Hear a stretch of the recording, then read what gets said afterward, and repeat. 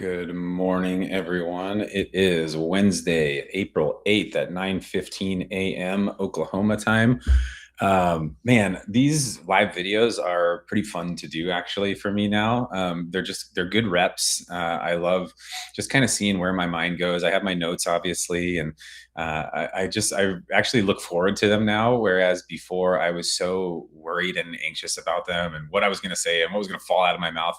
But now it's really cool. I do like very minimal prep for them, and I just get my coffee out and just kind of see what happens in these chats. So, yeah, and I know a lot of people watch these videos afterwards, and the whole point of doing it live is to just interact with whoever shows up and answer questions as they come in.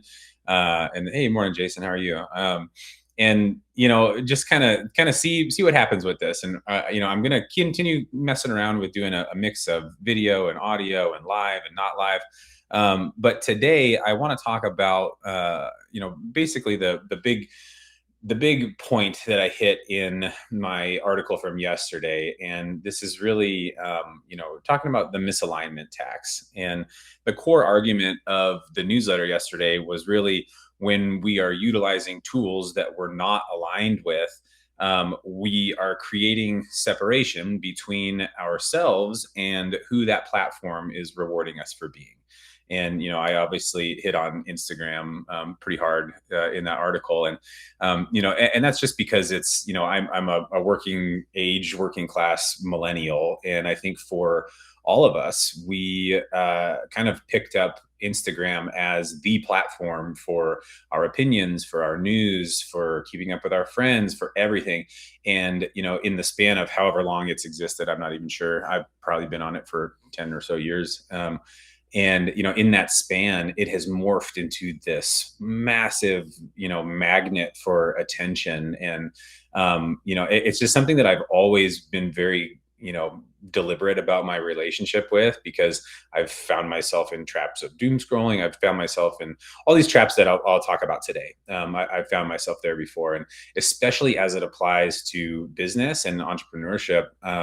Man, I am just finding less and less reason to invest my creative energy in Instagram. So I don't know. And this is not any sort of, if Instagram is working for you, if you like Instagram, this isn't, I'm not suggesting that you shouldn't do it. I'm just bringing up points that are pertinent for me. So I'm definitely curious, with people who do end up, reading this or listening to it. I'm curious what your thoughts are on it. So please let me know. Yeah, today I want to talk about three specific mistakes or topics that I'll expand on. And I definitely want to apply them specifically from an entrepreneurial lens. And then I want to go through the outreach loop that actually works time and time again, and one that you actually have much more direct control over. And so the first mistake is this thought that we have to say, okay, I just need to build my audience, and from that audience, my clients will come. And it's such a trap, right? Like we think if we have an excess number of followers, that from those followers we'll just immediately convert business. And there is such a confusion between an audience and a relationship. And this audience relationship confusion is really important to understand as you're starting to develop content and to build however you want to build. And so, an audience is, they're the people that receive your broadcast. And it's good, right? It's good to have a big audience, and there's just certainly merit to the idea that the bigger the audience, the more people it will reach. Like that's pretty obvious. But relationships actually trust you. They trust you enough to buy from you. They trust you enough to talk about you, to refer you, and to keep coming back and seeing what you're doing. And so, building those relationships is so much different than building an audience. But so often we prioritize so much energy into building an audience, and relationship is far more important. I saw this firsthand when I was running the gym in Phoenix, and I had this really wonderful community that was being built in the gym. And so I used Instagram as a way to highlight that community. So I was, posting people's PRs and big lifts and success stories, and just kind of, championing people, and hopefully making them feel good and making them feel like they were part of this community. So I was using this social media platform as I feel it was kind of intended in the first place. It's kind of morphed into something totally different now, but and I was highlighting this community that existed in the real world. And then when I sold the gym and I moved on to a purely digital business model, I kind of tried to reverse engineer it. And I was like, I fell into this trap. I'll build more following, and I'll create more content, and I'll put myself out there more, and then that will get me clients. And it could not have been further from the truth. Trying to reverse engineer this, and so I have this question here, and it's like, when was the last piece of content that you either created or someone else created that established and kind of manifested a meaningful conversation for you, that maybe it led to business, maybe it didn't. It doesn't really matter. But when is the last time like a piece of content truly did that for you? And it does happen. So I'm just curious. And so and then compare that moment to the last time you got a referral, or the last time that you directly outreach, you directly contacted someone, and that you knew you were aligned with, and then you had a conversation with them, and just compare those two interactions, and see what came more naturally, what felt better, and what was more real, what was more authentically you. And so really, yeah, the key point here is just that audiences convert poorly and relationships convert well. And the crazy part is we already know how to build relationships. We already know what relationships we naturally want to be invested in.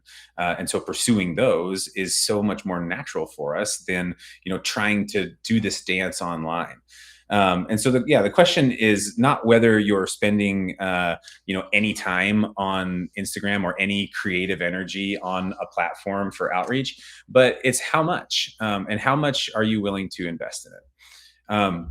The second point here is authenticity versus the performance of authenticity. And this is a wild one, right? So Instagram's CEO, he makes statements all the time. And honestly, a lot of it is really good stuff. I'm pretty interested in a lot of things that he says. And it's a very, for as non-transparent as the app feels when I'm using it, it's actually a pretty transparent, he's a pretty transparent guy in my opinion. And he's like, yeah, okay, the key to authenticity, or I'm sorry, the key to engagement is authenticity. And he's right. Like obviously that is the key to getting engagement. It has to feel real to the human on the other side of, or the other phone line or whatever. And but to caveat that, it's like, with all of this competition and all of this authenticity happening, you are posting 4 to 6 reels a week as they recommend. You're posting daily on your stories, you're doing all of this stuff. I mean, it's pure burnout. And so I guess the point I'm trying to make is that there's still this massive structural problem that's hiding within his advice to be authentic, because you're not just, you can't just be authentic, right? You have to be authentic within a certain format, and you're still optimizing for likes, for shares, for saves, for comments and engagement. You're optimizing for all those things. And then on top of that, you are optimizing for all of those things, and you're competing against thousands of other, optimized individuals who are optimizing for the exact same algorithm. And so, yeah, it's a very, very interesting kind of conundrum that the meta algorithm kind of puts creators in, and entrepreneurs of any kind in. And so, yeah, this gap between authenticity and the performance of authenticity is definitely where that misalignment tax gets collected, and it does add up over time. It's very difficult to notice at first. You think you're just, this is what I have to do, and so maybe I'll grind at it, maybe I'll just learn it, I'll learn all these skills and do this thing. But the whole time, it's performative instead of just real and authentic, like this conversation we're just having, or long form conversation. I was thinking about like a presidential debate, right? And so the format of the presidential debate keeps it from being truly authentic. It's the performance of authenticity. We have you get 3 minutes and then you get 2 minutes, and they're talking about literally the most important things in the world. and they only get 3 minutes to talk about it, and then the next guy goes and no interruptions and yada yada, and then we're going to go to commercial break. And imagine what it would be like if we actually sat down for 3 to 5 hours and had an honest conversation with people running for president. Like, that would be authentic, and it wouldn't be this performance. And so I just think they're very similar. And then the last one here is the reach illusion.